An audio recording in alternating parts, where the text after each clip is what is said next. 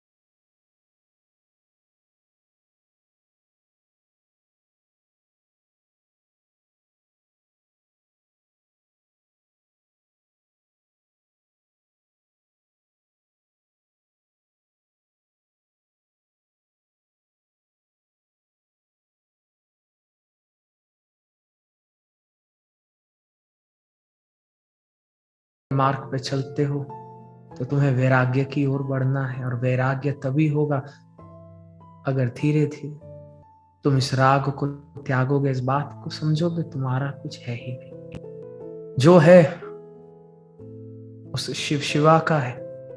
और अगर इस राग से तुम ऊपर उठना शुरू होगे तो फिर तुम पाओगे, अगर बीमारी भी आएगी तो चिंता नहीं देगी, दुख नहीं देगी, कुछ सिखा के जाएगी।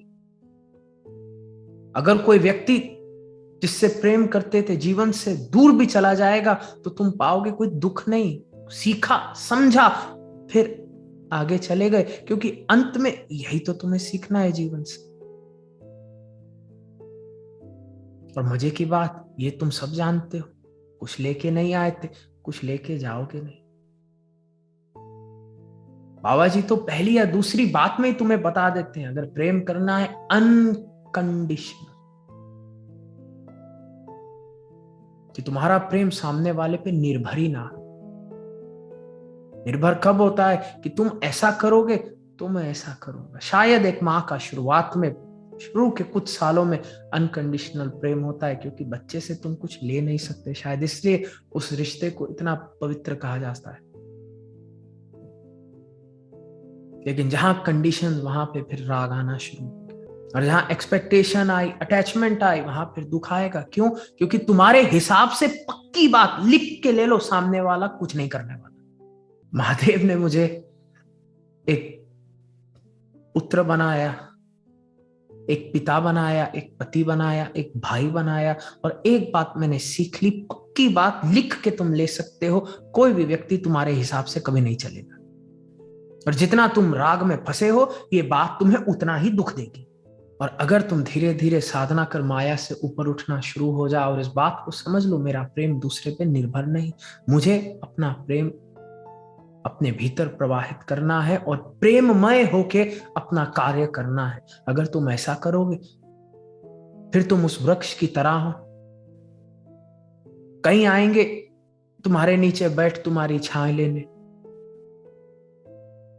तुम्हारे फल फूल का भोजन करने, और हो सकता है कहीं चले भी जाएं लेकिन तुम्हें दुख नहीं होगा। तुम्हारी एक एक टहनी क्योंकि सूर्य की ओर प्रवाहित है, तुम्हारा सारा ध्यान उस सूर्य की ओर है। तुम करोगे, ऐसा नहीं है कि तुम छोड़ दोगे, तुम अपने सब फलों को, फूलों को खींच लोगे अपने भीतर, तुम दोगे। उल्टा, जितना सूर्य की ओर तुम्हारी टहनियां, पत्ते होंगे, उतना तुम्हारे भीतर और फल निकलेंगे और तुम्हारे नीचे बैठ तुम्हारी इच्छाओं को प्राप्त कर पाएंगे। लेकिन तुम्हारा उतना लगाव नहीं होगा। अनकंडीशनल लव आएगा, तुम चिंता मत करो, आएगा, जरूर आएगा। तुम उस मार्ग पे चल पड़े हो, लेकिन अभी अध्ययन करते